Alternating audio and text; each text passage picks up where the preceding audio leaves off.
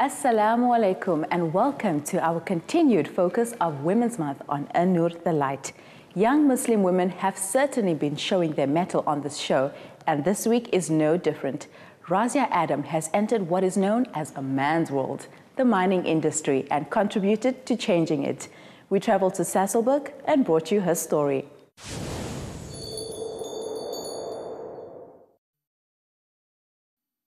In the male-dominated world of the mining industry, change is afoot. A new group of women are emerging and taking their place not only above ground, but below too. Chief Geologist Razia Adam is at the forefront and leading the way for her fellow sisters. Well, a chief geologist is basically a person that will actually advise the mining production team on the quality of the coal per se, because we in coal mining, the quality of the coal and where there are geological intrusions that is actually causing our coal to be displaced or even devolatilized. So basically what I do is it's to always advise the mine that this is the area where we can actually mine good coal in terms of what we're looking for in terms of quality. And these are the risks in terms of geology that we need to look out for. So it prepares them as well as they're mining underground to know in terms of advancements and planning on when we need to mine and how we need to mine that area. As a female geologist in a male-led and driven environment, Razia Adam has encountered her fair share of discrimination. With the help of her mentor, she was able to develop a thick skin that made her tougher and more ambitious. I think because of the many awareness that has been done of actually having a good ratio of women in the mining industry, it's now becoming a bit easier for us. In the past, yes, I may say that it was quite a challenge specifically for women to make a mark in mining and to be heard. But I think our male counterparts as well, which is our male colleagues, are actually warming up to the whole idea and actually seeing the work and the difference that we're making in the mining industry, and they're welcoming it very well. So I'm basically don't actually struggle with interacting and making decisions, because the main role that I play is to be a decision maker and influence decisions that will actually improve on our throughputs in the mine. While others would have thrown in the towel, Razia stuck it out not only for herself, but also her fellow women.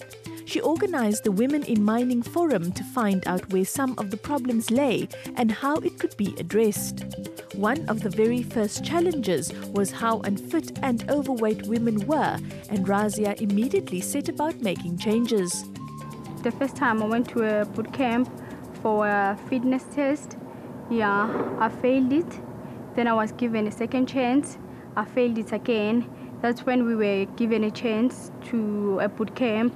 Then when we went to the boot camp, we were introduced to a group called Aharambe. They were in charge of our training. Not only they train us to be physically strong, but we were also trained to be mentally strong, because as you all know that mining is a male-dominated industry, so they were preparing us how to behave there and stuff. The Women in Mining Forum, established in 2014, represents women in all aspects of mining, from those working underground to those wanting to manage the mine at a senior level.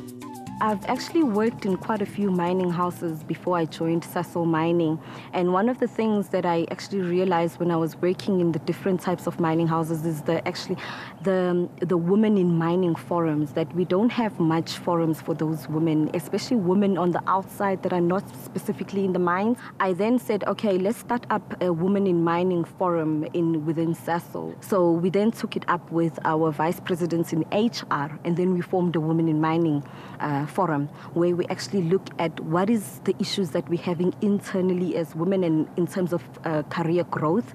And also we then last year started a boot camp, which is a physical fitness program to actually allow the women to qualify for mining. Because one of the issues that we have in the women in mining per whole is that women are not physically fit enough to actually manage the type of work that is done underground in the mines. So it's like more of a campaign to say, women, let's work together, let's eat right, let's exercise in order for us to be, you know, also comfortable in the work that you do and be able to be physically fit for the work that you do and also be in an environment where it's male-dominated. Razia is committed to being the best role model she can be and often takes time out to mentor other women, including her younger sister. Work, however, continues to excite Razia, and her eyes literally light up when she speaks of rocks and sand. It's the exciting part of knowing there's a dolerite intrusion in the geology term that is just going to cause a whole disturbance of mining our coal, and I'm the one that's going to break the news, so that is exciting for me. If I always refer to myself, to my colleagues, that I'm the lion of the mine if we talk about the big five, because without them knowing where's the good coal and where are the intrusions, they basically have to rely on me to get that information. So for me, that is some good challenge that one actually looks up to in the morning of waking up and going to discover new things to actually share with your team in mind. Transformation in South Africa is not only focused on race but gender as well. The mining industry continues to make great strides in breaking down the barriers for women to enter, but it wouldn't be possible without people like Razia, who surpass the faith placed in them. Now that's a sister on a mission. I salute you, Razia, for ensuring more women are gaining access to the mining industry and doing so on merit. From the bowels of the earth to cool Cape Town, where this week's Street Style segment was filmed.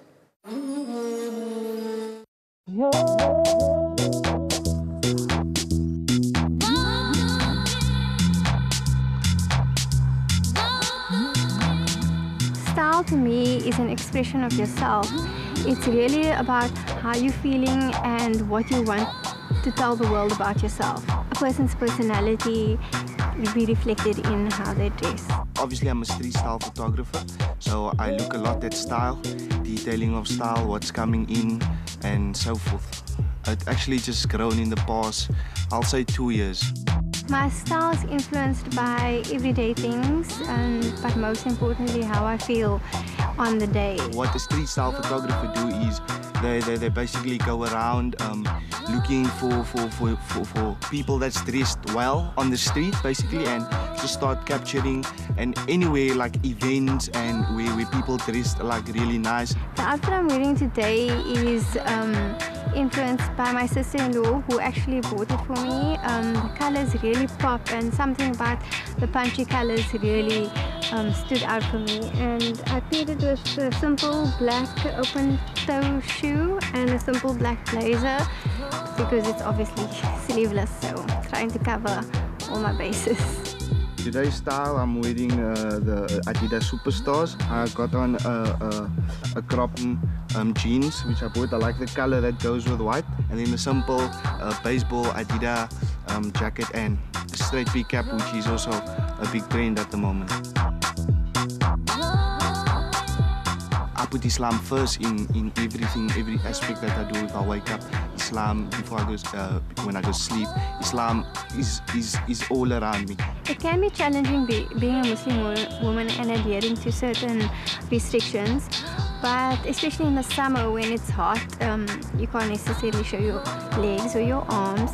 But I'm a stylish woman and I can dress in flowy clothing and still look good, and it can work.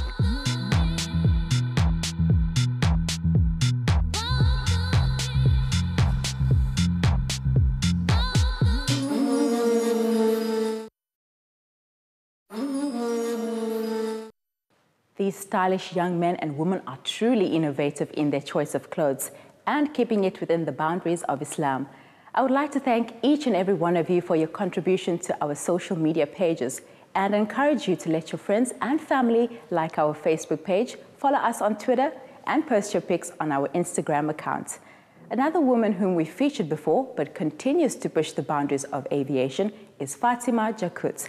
Her organization, the Saki Kamva Foundation, has launched a new project where avid learners can get hands-on experience in a laboratory that happens to be a world first. I can't wait to see this.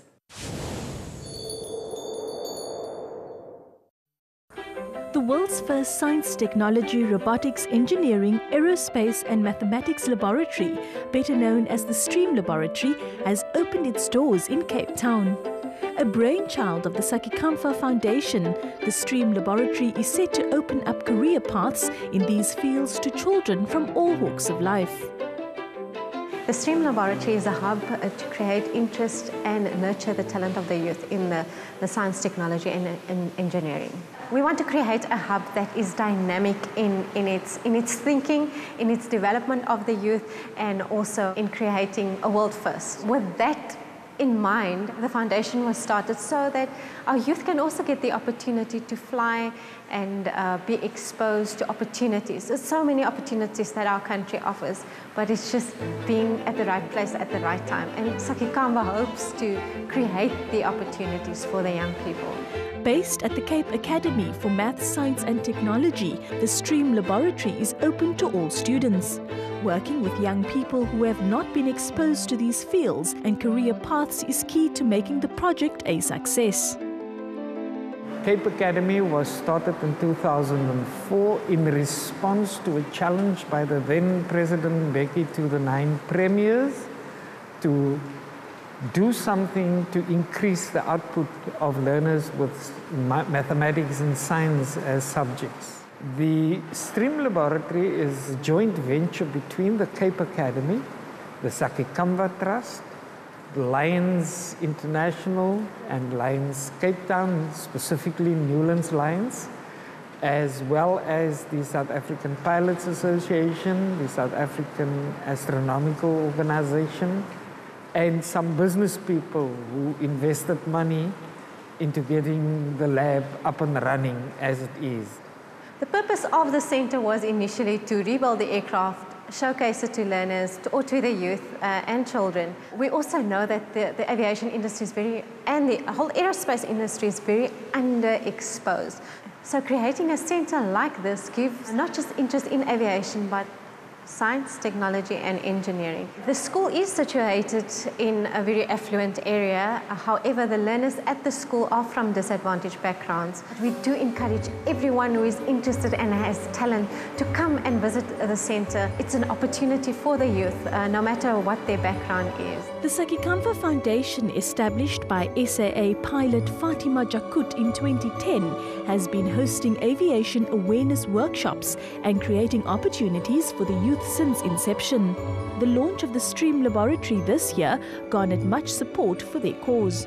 I came here mostly because of my interest in positive development in South Africa and the creation of opportunities and skills and the development of higher order brain functions. And this institute, this academy, is really a most inspiring and the most wonderful example of creating opportunities, as well as doing so much with so little. They're working in very close cooperation and partnership with Boeing International, with SAA, and other technological working operations in South Africa.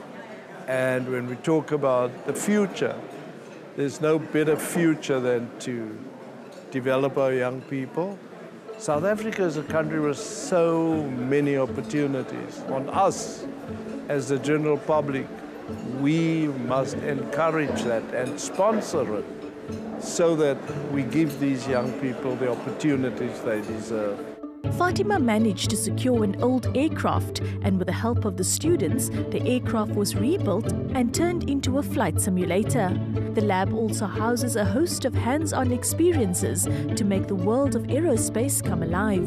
The experimental lab focuses on developing the talent and creating a platform for the youth to come and explore any experimental things in science and technology. We have the simulation room. The plan is actually to have 12 simulators eventually for young minds to explore the field of simulation and robotics as such. We also have a control tower, and the control tower overlooks the whole facility. And this is just so that learners can now explore a new avenue outside the school curriculum. Very few youth are exposed to the aviation industry. or even technology. So that was the premise of the foundation, why we started the foundation, in order to expose young people to the industry and create a future with them, because the future lies with our youth. The Sakikamfa Foundation truly is making strides in creating educational opportunities for the youth in the aerospace industry. This world-first initiative is something South Africa can truly be proud of as we soar to new heights and take pride in the education of our children. Now that just makes me wish to be back in school, so I too could get opportunities like that. Thank you, Fatima, for continuing to push boundaries of what our youth are capable of achieving if given the chance. Whip out those tablets and smartphones, because we're standing by to give you a rundown of this week's cool technology, apps, and books. To Find a Bride is a captivating, intimate story that both men and women will enjoy. The book is a tale of a young South African Muslim man in search of his perfect life partner. This brave confession comes in the form of a humoristic dialogue filled with honesty and unexpected depth within the tales of love. Written by Muhammad Ismail, brace yourself for a whole lot of giggles.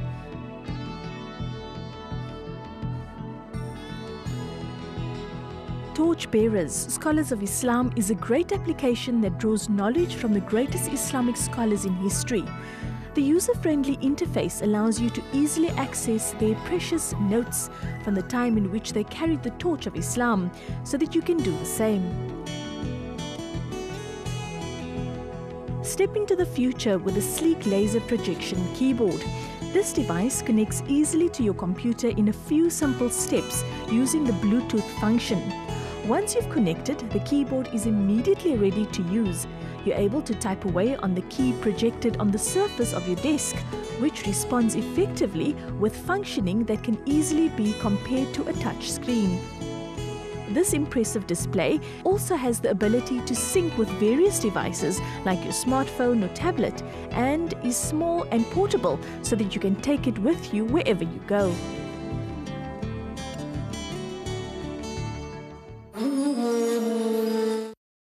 I learn so much every week that it's almost difficult to process it all. Luckily, we are now on YouTube, where you can catch up or be inspired by our show as it appears just after this broadcast. Lemise Dutoy is standing by, and this week's treat is going to have you licking your lips.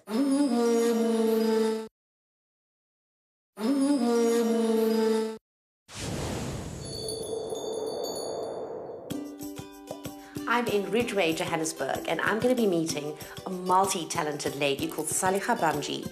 And she's not only a food stylist, she's a food photographer. More importantly, she's a food blogger. Saliha, thank you so much for having us in your kitchen. Thank you very much for coming through today, Lemise. I believe that your blog is called Ice Cream Every Day, which is something that I can identify with. But ice cream with an S, and yours ice cream is with a C. With C, yeah. Tell us how your food blogging started. I started blogging shortly after I got married, and the reason why I started food blogging was I wanted a way to document my learning. And I knew if I did that online, it would kind of like keep me accountable. What are you making for me today? Today, I'm going to be making burfi ice cream. I love burfi, personally. Who doesn't love burfi? So, exactly. And burfi mixed with ice cream, I imagine that's going to be an awesome mix. It's yummy. What you're going to get is when you taste it, you can get very prominent cardamom notes from which the we burfi, love. Which we love, yeah. What are the ingredients that we need to make this dish? All right, very simple, not that many ingredients. 450 milliliters of fresh cream, 250 milliliters of full cream milk, 2 eggs. We've got about a teaspoon of ground cardamom, a tablespoon of cardamom syrup. We've got 50 grams of castor sugar, 2 servings worth of burfi in these bowls. It measures about 70 grams. What we're going to be doing with this is this serving will be going into the custard as it boils, and then this one will go into the ice cream as it churns. So you said this is easy peasy, and it's a two-part recipe. It's a two-part thing. So what is the first thing that we need to do? We're going to be heating up the 250 milliliters of milk. We're going to heat this to the point where it's just at steam. You don't want this to boil. While your milk is heating up, we are then going to be whisking the eggs and the sugar together. And then we're just going to whisk this together. And you'd prefer doing this with a hand whisk rather than a beater? You could use a beater. If you are using a beater, just beat it until it's incorporated. I find that if you overbeat, it incorporates a lot of air, and that when you're cooking the custard, you sort of have to work to beat down the volume. This is the tricky part, because what you have is a warm liquid encountering eggs. What I like to do is, so you've got to keep stirring while you do this. Quickly? Quickly, yeah, quickly, because you want the milk to hit the eggs and for it to incorporate almost. Start cooking without it. So what I do is I like to pour in just a little milk at first, and that kind of then tempers it. Okay. So that when the rest of it goes in, it's like less of a shock to the eggs. While that's going on, we're actually going to be adding the flavorings to the milk. Okay, so I just keep stirring. Keep stirring, keep stirring. I'm going to be adding it's about a teaspoon of ground cardamom, the cardamom syrup, and this is about a tablespoon. Okay. So what we do now is we actually return this mixture back to the stove. So you can pour that in there for me. Okay, this is the time-consuming part, because now you're making custard. So you've got to wait for that you've got to thicken, and you've got to keep stirring so it doesn't catch at the bottom. When the custard is ready, you'll start noticing it thickening up. We're going to be adding one of the servings of burfi. Okay. So I'm just gonna put that in. And what this will do is the burfi is actually just gonna melt into the custard. So this is also gonna help thicken this thing up. So does this need to cool down? Yes, it does. You need to now bring this to room temperature. Okay. And once it's at room temperature, you're going to be adding your 450 ml of fresh cream. So I've been waiting long enough. The mixture's finally cooled down. It's at room temperature. And Saliha, you're going to be adding the fresh cream. That's it. So we're just going to be pouring it in. So this goes into the ice cream machine. You've got to wait about 12 hours or overnight. The reason for this is you really want the flavors to develop in this. Yeah. And also, a colder mixture freezes better in the ice cream machine.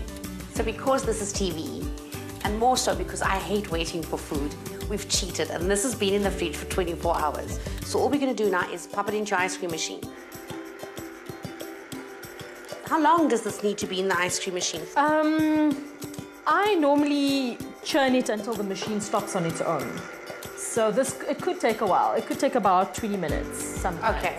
A lot of it has to do with the texture of the ice cream. Okay. And at what stage during this period, before our machine switches off all on its own, do we add the bits of burfi to add the extra texture? As soon as I start to see it forming a bit of an ice crust, I call it. It's not really, but you can sort of see it thickening up on the sides a bit. Yeah. That's when I'm going to add the topping in. This is officially my favorite part of the show, and that is the tasting. And this time I can literally say that the proof is in the pudding. So I'm going to taste this. These are beautiful colored almonds. Did you do these? No, I actually got these from my mother-in-law. She keeps these on hand. Okay, well, thank you to Saliha's mother-in-law for the very pretty almonds. Oh my God, I don't like ice cream, but this is some awesome ice cream. Absolutely delicious. So Saliha, thank you so much. And until next time, I'm enjoying burfi ice cream. Assalamu alaikum.